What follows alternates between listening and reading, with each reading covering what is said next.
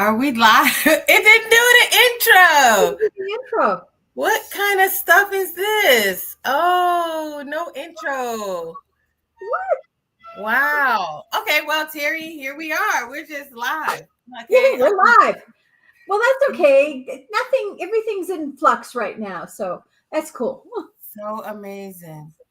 I'll tell you, I got back yesterday evening um, from from Indiana, but I ended up having to spend some time in Chicago, which I hadn't planned on. But yesterday was such a crazy day. All of the staff that I was dealing with said, I don't know what's going on today, but it was crazy. The energies were crazy. People were all over the place. So it was an adventure. But I'm here now. As it is, I think it's getting to the point where we need to just expect that with the flight. Like, it's so funny because I saw a court case where the woman was going on a vacation, and she was supposed to be back the day before a wedding of her ex, and those are his kids. He's getting married to another person, and he sued her because she was late, but there was traffic in California and she wasn't able to make it to the airport on time. She called and let him know, but he had rented like a little tux for the boy, and a dress for the girl, and he sued her for $600 and something. And I was thinking, like, why bother? Like, you're just creating a lot of negativity by doing that. Like, just count that as a loss rather than trying to make a point. But I could see how he was really trying to make a point because he told the judge, she's always late. She's always, and I'm like, sounds like you're the one that's mad. And Not only that, this was a trip that she had planned way ahead of time for her and her kids on her birthday weekend. He met this woman, and at the time, maybe he knew her for 3 months, and he said, let's get married in this next 30 days because your parents are going to be here, my parents are going to be here. This was so weird, but it was going to be during this lady's birthday. And I was thinking, if I was this new lady, I'd say, I don't want to get married on her birthday because I don't want to share my anniversary with her. And then you got to worry about the kids. And then I would have told him, well, I don't want to sue her either because now that makes me a part of a pain point for her, my wedding, my anniversary, the kids. And I just thought how not well thought out that was. But you just met her like 90, 120 days ago, and you're getting married, and now all of us, I'm the source of all your pain. It was so weird. It was so weird. And everybody just said, what was the result? Because she said, now this was the thing, the trip that she had planned was supposed to be longer. She changed her plans for her birthday trip with her kids and shortened it so that the kids could go. She just made a huge mistake by overpromising and undelivering. And people do this all the time. You inconvenience yourself for someone else, and then now you become the blame when you could have just said no. A lot of times we need to go ahead and say no, because not to be mean, but when you have a plan, your plan is already set. It's not my fault you decided to get married in 30 days. Exactly. Where I have my trip already planned. I got my transportation already planned. So then so based on the fact that she gave her word for something and made a promise, she ended up having to pay the $600. Wow. Right. So see, that's like a whole, honestly, I think that's a part of today too. like what we can discuss, because out of fairness, but that's not, really, because it's a verbal contract. She made a verbal contract. So wow. That's yikes. So we just have to be careful what we promise other people. I know, like, okay, I think here's my phone call I've been waiting for here. Okay, well, that's her phone call. So Terry's got to go downstairs and get her luggage. If you're watching or listening on, let us know. I'm gonna I'll be post the back in link. 5 minutes. Okay. I'll go ahead and post this in the group chat because we're barely getting started. But today is really about, as always, like we're always basically just talking about what's really going on in our lives. And a lot of this is prompted because we're similarly, hey Sandy, we're similarly going through things, the same things at the same time. Now, a long time ago, when I was selling life insurance, I learned about, Stephen Covey's Habits of Highly Effective People. And one of my things was the quadrants and how you can get things done in your life. But when other people come at you with their problems and their needs, it can set you off your goal. But not only that, sometimes you have to really notice the pattern that some people are consistently unprepared, consistently waiting to the last minute, and then they throw their emergency in your face. And then what ends up happening is everything that you have planned is set aside. So I'm going to go ahead. Hopefully I can share this image so that you can see these quadrants that Stephen Covey talks about. So up top is things that are urgent and important in your life, right? These are needs and necessities, things you need to manage, right? They're in your face. In quadrant 2, there's things that aren't urgent, but they are important. And that's the planning phase. So things that you are consistently doing so that next month, next week, next year, you're prepared. Then quadrant 3 are the things that are not important but urgent. And those things tend to not be yours.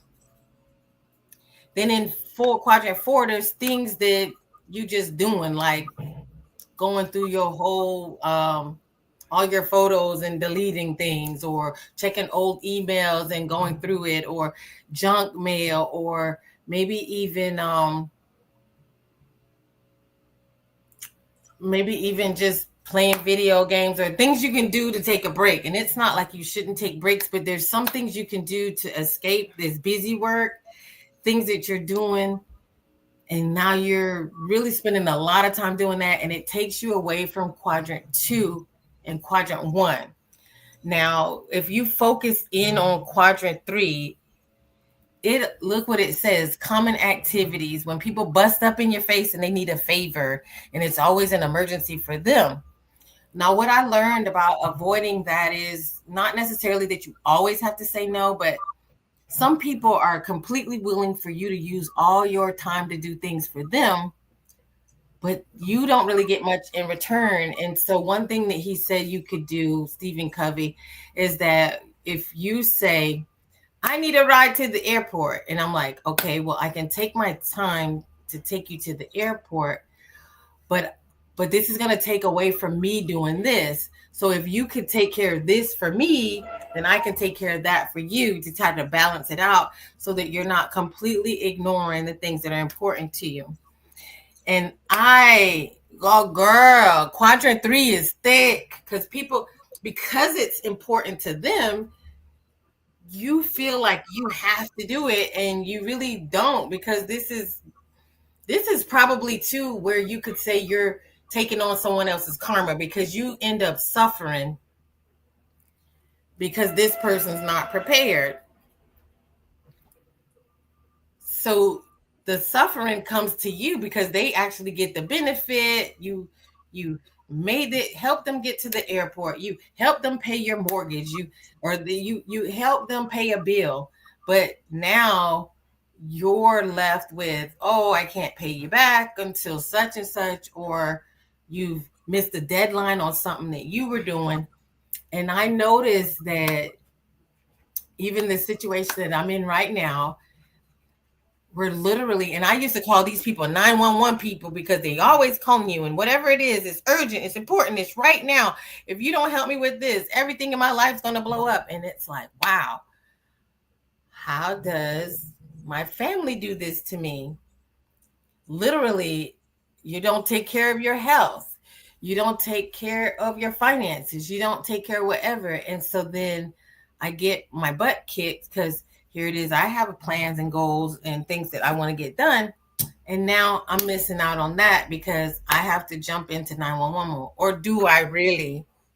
Do I really have to? Or now I've gotten to the point where if someone asks me something and it's super urgent or important, or if it's a deal and I have to hurry up, I try to put some space in between it and be like, well, let me think about that. But somehow this time I got myself looped into a huge task that's taking 3, 4 months out of my life because this is a huge 911 task, but it's not mine. And so it led me to a point where not only do I feel lost, my son is feeling the impact of being lost, and people close to me feeling the impact of my space and energy being shifted. And now I have to say, oh, what am I going to do about it? Because this was a situation where I didn't know fully all the ins and outs, but now I've been thrust into it, right? So I've thrust into this thing where I don't know all the ins and outs.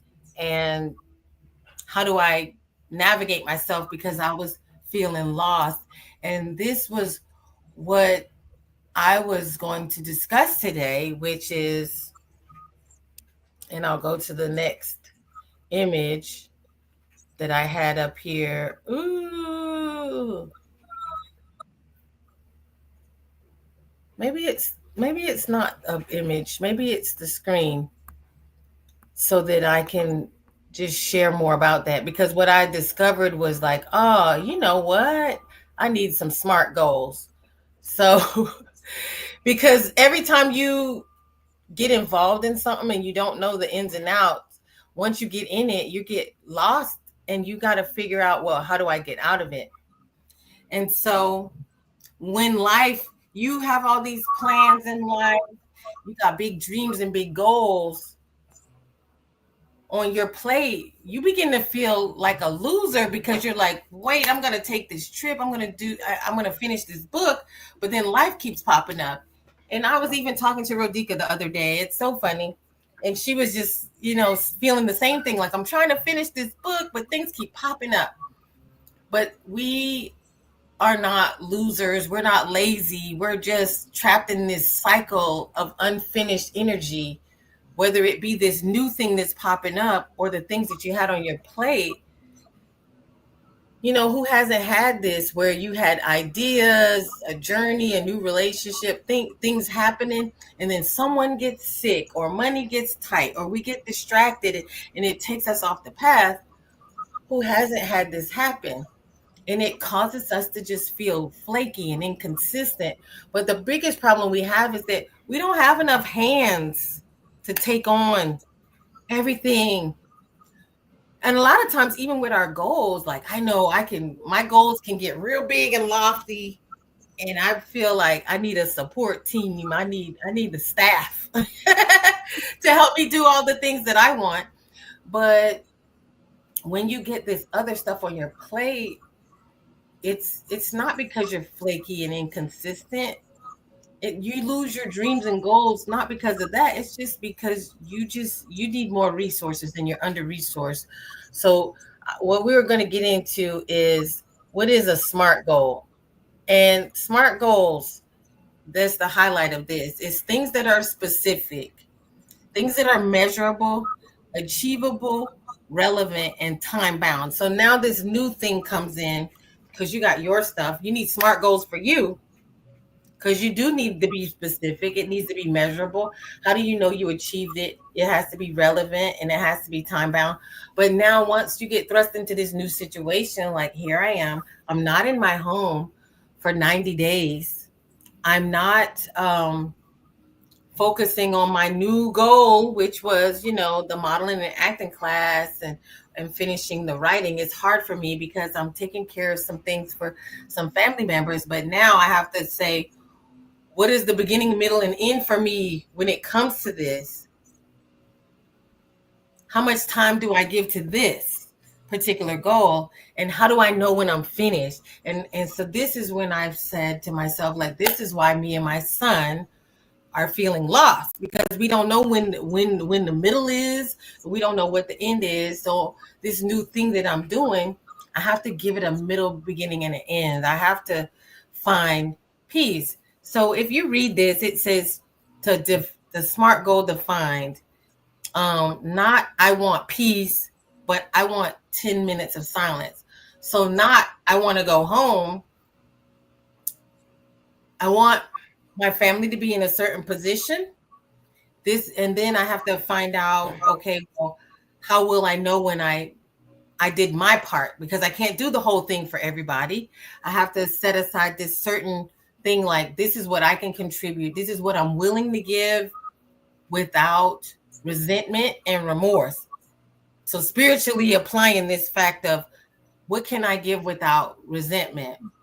And now that I set aside what it is that I can give by being specific, now how do I know when it's done?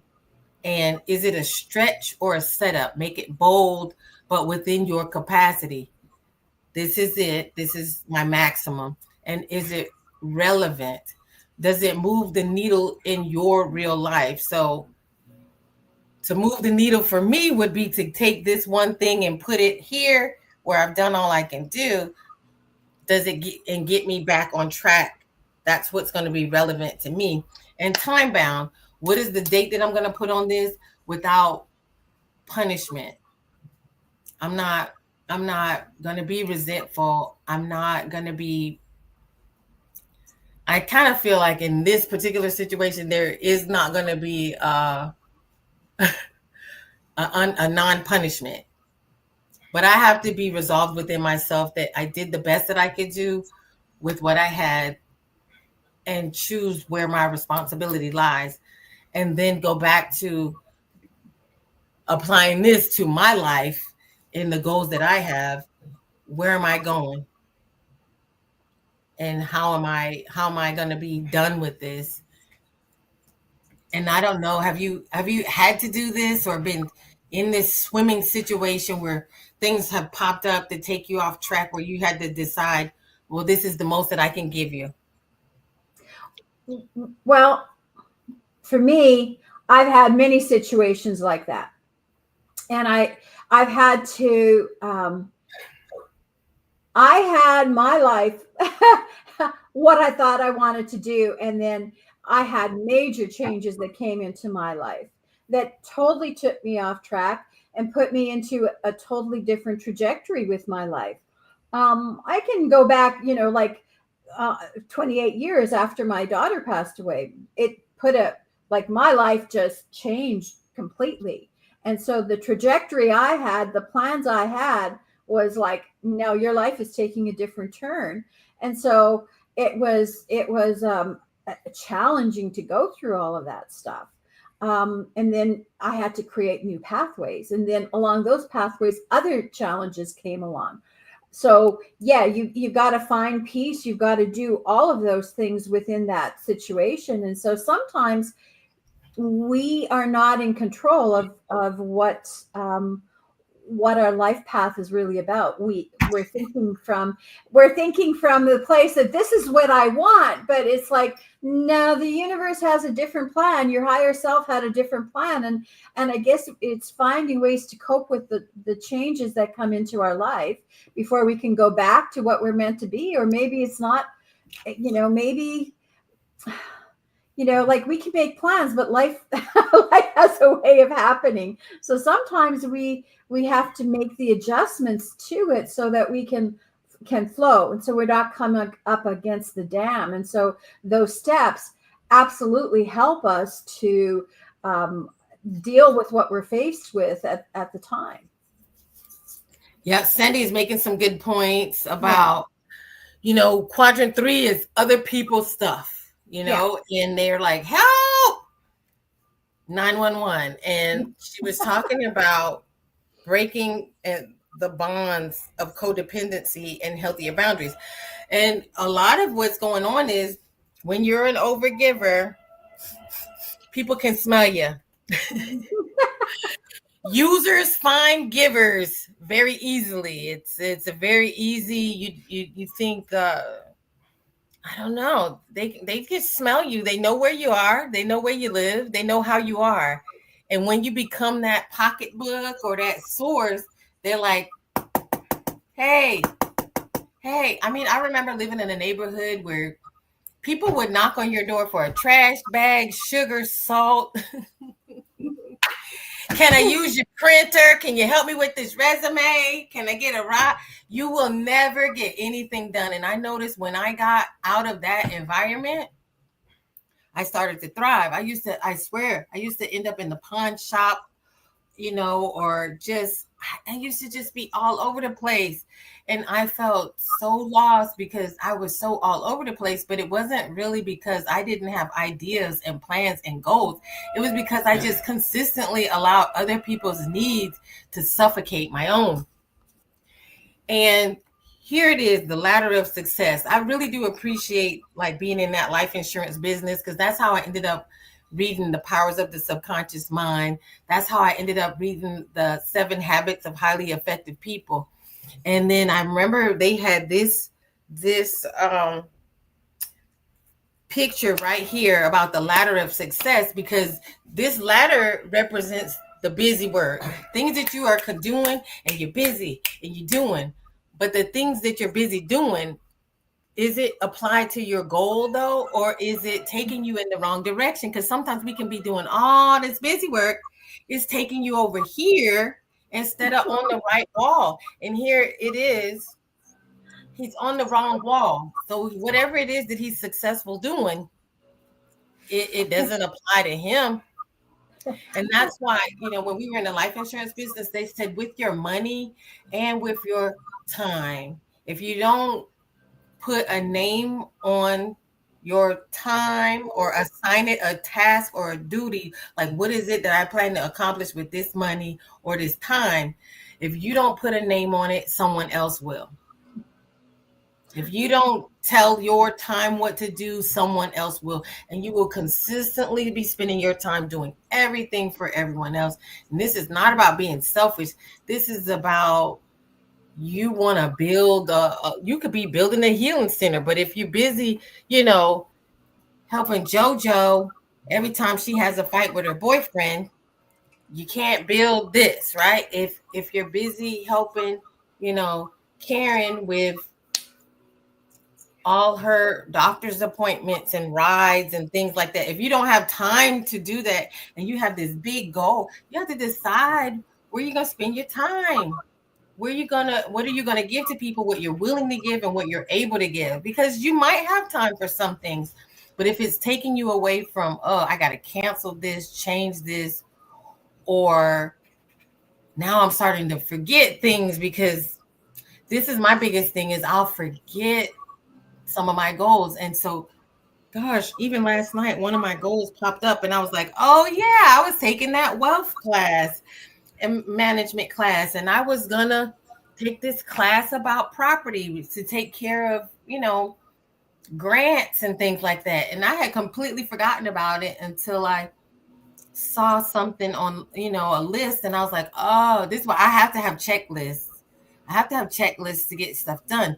But I was completely becoming disoriented with my time, because all my time, I'm a person that hyper focuses anyway. So now I'm hyper focusing on fixing something that's not mine to fix for someone who doesn't appreciate it. It's not who's the minute that I walk out of the picture, they're going to be like, oh, you abandoned me. You left me. You did. And so all these tasks that I've been doing for 90 days will go for nothing, because it won't be acknowledged or even appreciated by that person. So I don't know, Terri, what you have to say about that. What? Oh my gosh! There's so much. You know what? Though I have to laugh at that because we talk so many times about getting back on the interstate, right? Woo!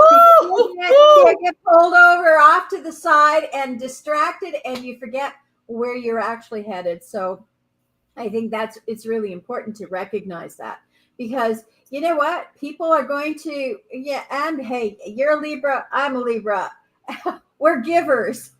So it's so easy to be taken advantage of. And, once you start recognizing this, then you start to take your own power back and you actually create your boundaries. And maybe more than anything, it's like creating the boundaries that and define and like you have urgent, non-urgent. Where those are boundaries is what's the necessity. And I'm And gonna say this because please do not think that all Libras are the same, because they yeah, are not. Because no, they're not. I've seen some train wreck Libras. Okay, Yeah. I've seen some train wreck Libras, and we've been watching some Libras, and we're like, wait, and so because in spiritual terms, because now here's the messed up thing about a Libra is, well, I could do this, I could do that. They are indecisive. Now, if you get yourself in check, some Libras can be focused, Yeah. because that indecisive. Now, the indecisiveness can make you flexible, but it can also make you delusional and lost. So there are Yes. some delusional and lost Libras who are, because we're air signs and we can be whoop whoop whoop all over the place, and it can seem all lovely and friendly and fluffy, because Libras, we are charming and we like beautiful things, and we, And but harmony. don't let that, like they say, don't let the smooth taste fool you. Yeah. Don't let the smooth taste fool you, because all of us Libras are not the same. Because this is about, in a spiritual context, healed versus unhealed. Exactly. So And yeah, and it's finding not only I just threw that in about Libras because we were having that discussion earlier, but it's for all of us is to find our boundaries and what are we, like sometimes our goals can be, we can have long-term goals, but it's not, it's shifting that to saying, okay, so my long-term goal is this, but right now I got to deal with this that came in my it's picture. so funny How too. do I deal with this? And doing it in blocks. What's important right now? Because we don't know what's happening. We don't know what's happening around us. We have no control over certain things. And And I think sometimes people use the word flow as an excuse for not being accountable. yeah, but Because you but can the say, other well, thing, go with the flow. We're just going to see what happened, because you don't want to be accountable, and you don't want to be specific, and you don't want to you don't want to have a bottom line. And if people come to you with, a whole bunch of their stuff, they do need to come to you with a specific task and a bottom line, what they really, really want. And if it's an undefined, like, well, I don't know, I just want to, okay, but yeah, but I need to know how much time am I going to be there? yeah, What exactly do I need to do when I get there? Of course, we can be flexible, but when people are coming at you with all that they got, they'll dump, they'll give you the key to room number 6, and then they'll, when you get into room number 6, you didn't know that there was a garage and a because back door.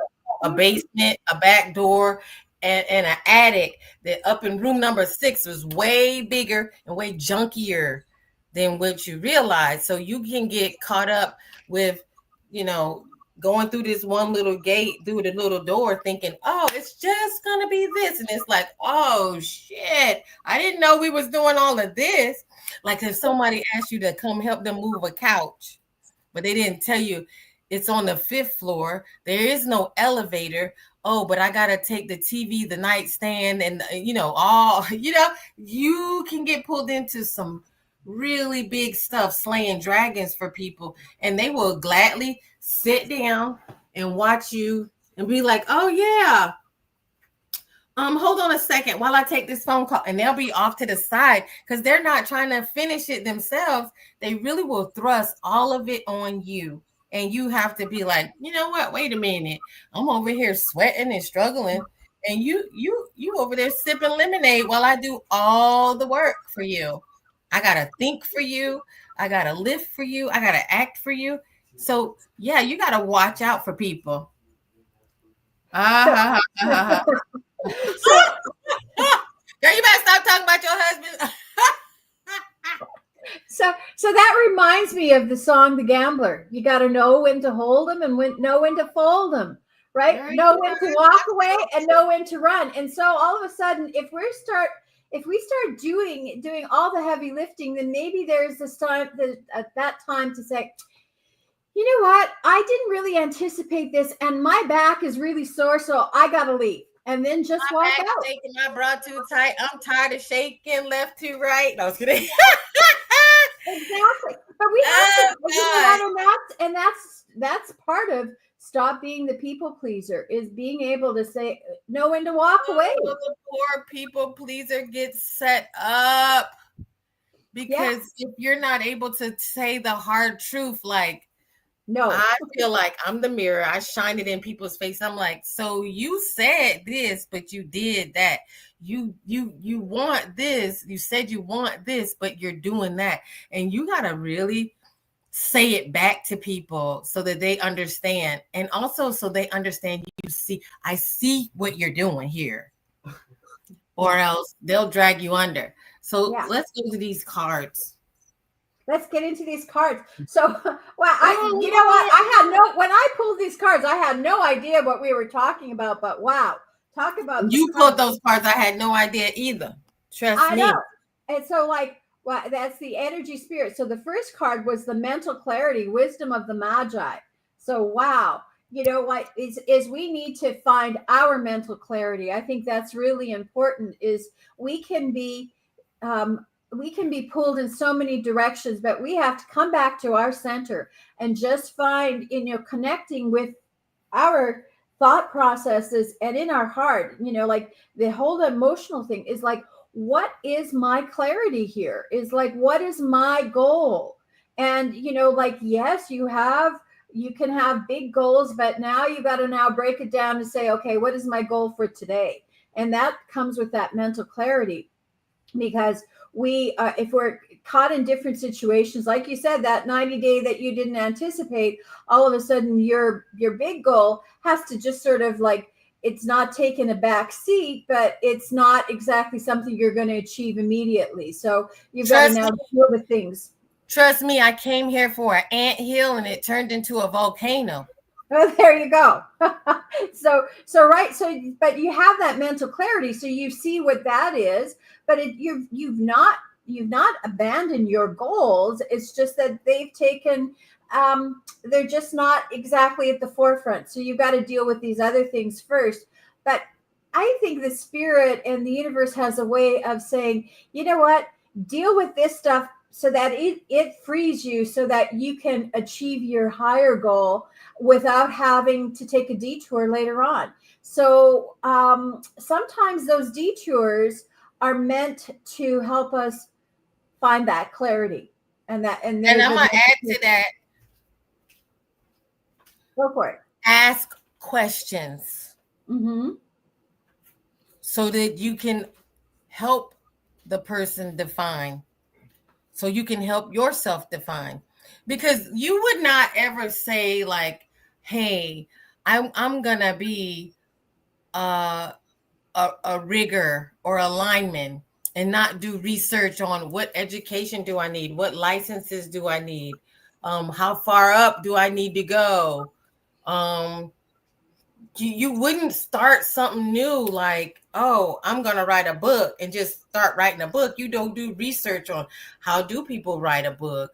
How do you create a good middle, beginning, middle, and end? How do you market a book? How do you sell a book?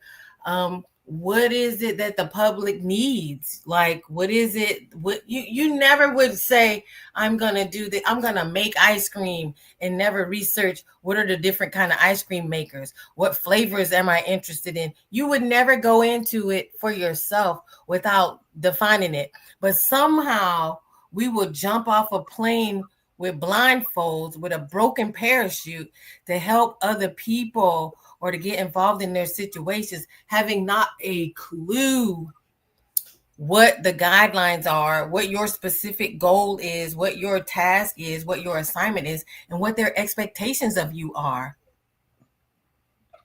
Exactly. And that leads right into the next card. Beneath the surface, there are hidden truths and there's something unknown. So it's important to be able to recognize that there's other things that are underneath that we're only seeing at the top. Like you said, you went to an anthill hill and you ended up in a volcano.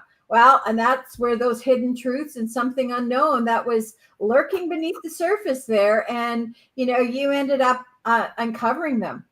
That So is so funny because with 911 people, I had a friend and they were like, oh, my sister wants to borrow $100, and it was to pay an actual bill.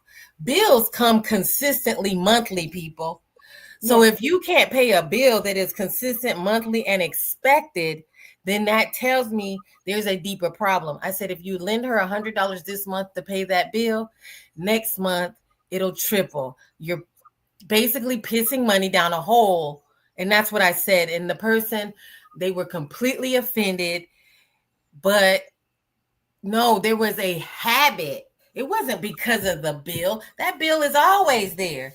You got an extra habit or some circumstances going on in the background that you're not telling me that stops you from paying your consistent bill, whether it be you need a better job or you need better planning or you got some kind of habit, maybe like buying shoes, or it could be drugs, whatever it is. But you got something going on in your life that the basic necessities, the daily planned things that are normal, the quadrant 2 stuff that you plan ahead for is stopping you. So someone loaning you $100 is not going to fix it. Right. Someone coming over to your house to do XYZ, an exploded pipe is not necessarily expected. But this thing where you got a monthly bill, that is expected. So now you got to dig beneath the surface to be, why don't you have that same 100? Your bill is always $100. Is every month. Now, why can't you pay it this month? Okay, because you haven't been planning ahead and doing what you need to do. Yeah. So then the next, I swear, within the 2 months, the person asked them for $300. And I wanted to say, I told you so bad. Yeah. Even if you come to this particular healthcare crisis that, my family member is having, this healthcare crisis is not really something that was unforeseen. When I look back at medical records, oh, so you mean for the last 6 months, people have been trying to get you to fix this and work on this and intervene, and you've ignored it? Oh, so this really spans back over a year, and now you're emergency 911, come help me, I need this. And my thing was that quadrant 3 911 people, I had said I'm gonna stay away from 911 people. But this is literally the exact same thing that a person's calling you from the ambulance. So I was like, Yeah. I stay away from 911 people. I'm like, wait a minute, this is a 911 person. Yeah. Who is it's not just one day when you had a car accident. This is consistent. Gosh, since I was 30, this person's been flagging the ambulance with consistent lack of taking care of themselves, and then falling on the floor and saying, help me, everybody, run from every corner, come save me, when they have been consistently not taking care of themselves. And now it's everyone's problem. Right. So those are the things that are hidden truths that we need to acknowledge those things and be aware of them. So there's always something beneath the surface that's hiding, that's lurking there. And then the final one is you're using the goddess of dreams, vision, intuition, receptivity is like, wow, we do have that vision, we do have that intuition, and we just need to become aware of it more and open up to it, because these people, we recognize them, and yet they seem somehow work their way into our lives. But use your intuition. That it's coming. And like, ask for your higher guidance to, like, what's the best way to deal with this, or how do I avoid dealing with it? And then, when you receive that information, like, go with it, trust it. Like, hey, maybe it's turning around and being the mirror and just saying, well, I can help you, but maybe I can help you with some guidance here. How can you solve your problem? Because it's not up to me to solve your problems. You got to open up to your and be receptive to um, your higher self. I can't be there all the time. Right. So maybe we have to be those mirrors. And I had a friend a long time ago, and he told me, he said, put a beat in between it. And I was like, wow, okay. So when things come up and it's super urgent, even if it's something that I want to buy, I usually tend to research it and sit on it for a while. But I learned it because even the other day I had another friend of mine. She says, I need your help. I need a babysitter today. And I was like, in no condition to do it. In your heart, in my heart, I love your kid and she's completely fun, but I am no way physically, mentally prepared to do it. And I was like, give me a couple of minutes to think about that. Yeah. And I told her that. And when I did it, I felt like it was such a victory because she called me back like 10 minutes, 5, 10 minutes later. And she said, oh, the person answered the phone who's supposed to do it and everything is okay. And it was like, ooh, thank you, God. But, or I notice sometimes too when some deals come along and they're like, you need to do it now. We got 1 hour. And if I just let that go, I'm like, well, maybe that just wasn't meant for me. Because Yeah. what is meant for you by divine right, you can't miss, right? So Right. we throw money. Sometimes we throw money on something real quick, and it's like, oh wait, I overpaid. Yeah. Oh no, I overpromised. Or oh Right. no, now I'm here and I'm suffering, and I wish I didn't do X, Y, or Z. Because you gotta put a beat in between it. You gotta give yourself some time to think about it so you can have vision, intuition, receptivity. Because initially, when people come to you, they're thrusting all their energy into your field, and the imbalance that you're feeling is not yours, it's actually theirs. And you feel, weak, anxious, or uptight, and it's like, oh no, wait a minute, Right. let me calm down, let me get back into my own skin, into my own space, and let me think about this. Is this for me? Hmm. Is this going to help me or hurt me? Or is this something I can do and give freely without what? Resentment. Because if you're doing all these things for other people consistently and you build up resentment in your heart for it, what good was it? Because sometimes we're doing things because we just want to be nice and we want to be good. But if you begin to freaking resent the fact Yeah. that you gave more than you could, how's that helping you? And it makes you bitter. Yeah. Exactly. Exactly. So we just have to trust. We have to trust our intuition and just receive that way. Yeah, absolutely. Be so grounded. Mystic Mama, I hadn't seen you in so long. Be so grounded. Yeah. And yes, it will piss people off when you don't move when they want you to move. But if it does, that's just showing you more about the person, that they're not respecting you. I totally respect it and I love it when you meet people, you're like, oh, I can't make it to that class today, or oh, I can't loan you that. And they're like, oh no, I was just asking, versus, well, when they grumble against you, that's just showing you. And what it is too, and here's the conflict of order inside you, right? But the conflict of order inside you is not really understanding that if they are going to resent you for standing your ground and honoring yourself, you probably don't need to be around that person. If you stand in your ground and doing what's best for you disrupts the relationship, then that is a signal for you that you might need to change your environment, Exactly. because your boundaries should be respected just as well as their needs and desires. Right. Mr. Mama Absolutely. said it. Your boundaries are important. Yep. And the other thing is, we also have to sort of keep in mind, how would that person if the shoe was on the other foot, how would they respond to us? Like you want a relationship to be reciprocal. Would they go out of their way to take care of things and to assist us? And if that answer is no, then hey, then that should be your answer. And that's what happens in quadrant 3. If I Yeah, write, I can write amazing letters, but trust that I am busy writing things already. Now, if I take the time to write this letter for you, can you drop my son off while I write you this letter? Can you go pick up these groceries while I write this letter? Can you do something in exchange for me, because now you've taken away time is a valuable resource that is irreplaceable. If I yeah, take the hour, the day to think, to do the research or whatever for you, can you do this for me?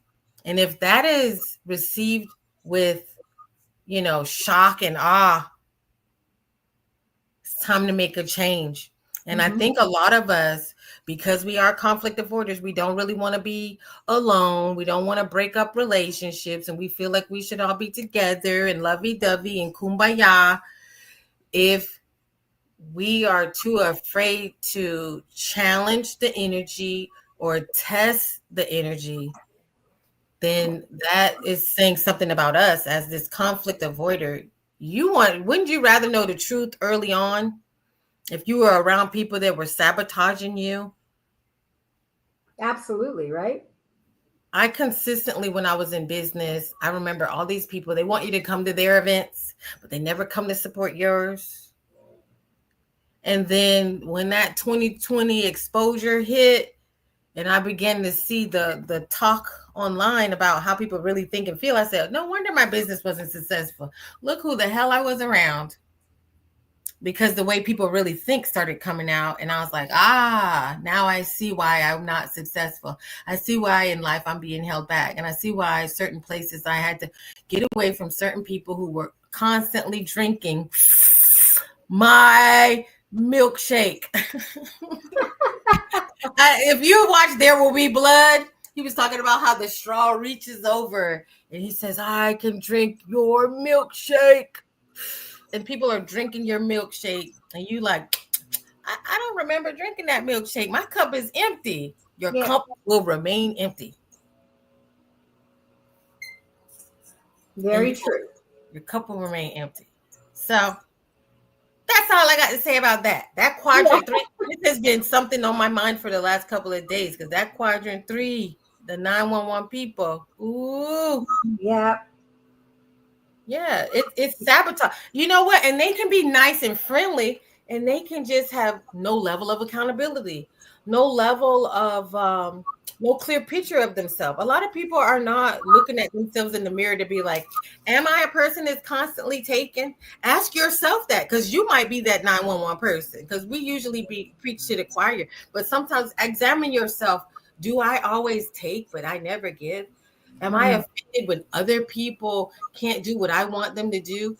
Am I trying to be in control of everything and receive everything I want without giving back? Question your own self. Examine yourself. Some of us are overgivers, and some of us are just freaking thoughtless. Some people will say things and do things, and they are oblivious to the fact that this is what they're doing to you. But if you never say anything, yep, exactly. victimhood is not doesn't make you a martyr. Victimhood is your lack of self-empowerment. It's still a lesson that you have to learn. It doesn't Yeah, make you a better person because you're just constantly a victim. This did this to me. And that's where, that declaration of self-sovereignty comes from. It says make a contract with yourself to love yourself and to give yourself these boundaries. yeah. So there we go. There we go.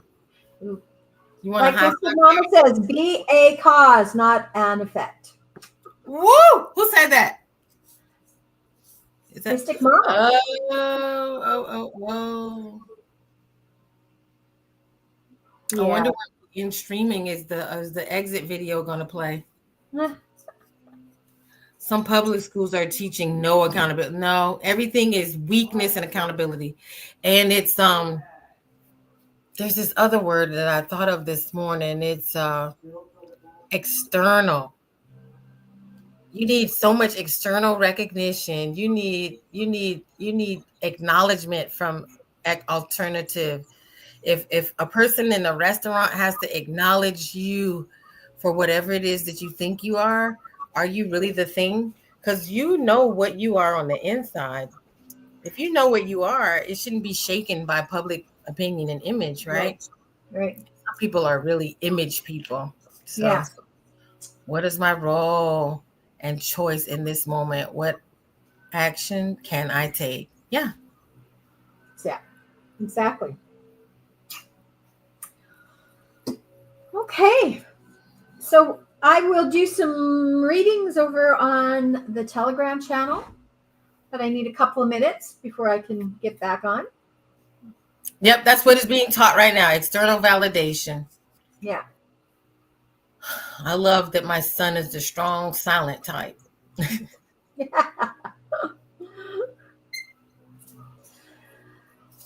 And that's the thing about the wreaths too. Like there's these biblical stories about the wheat and the chaff. I remember we used to talk about that a lot in 2022. The wheat and the chaff. You don't want to be the dust. You want to be the meat. The meat. Yeah. The meat knows its Exactly. meat. Yeah. Yeah. All right. So we get to play the outro. Okay. Woo! It's been fun. Yeah, it's been fun. Nice seeing you, Sandy and Mystic Mama.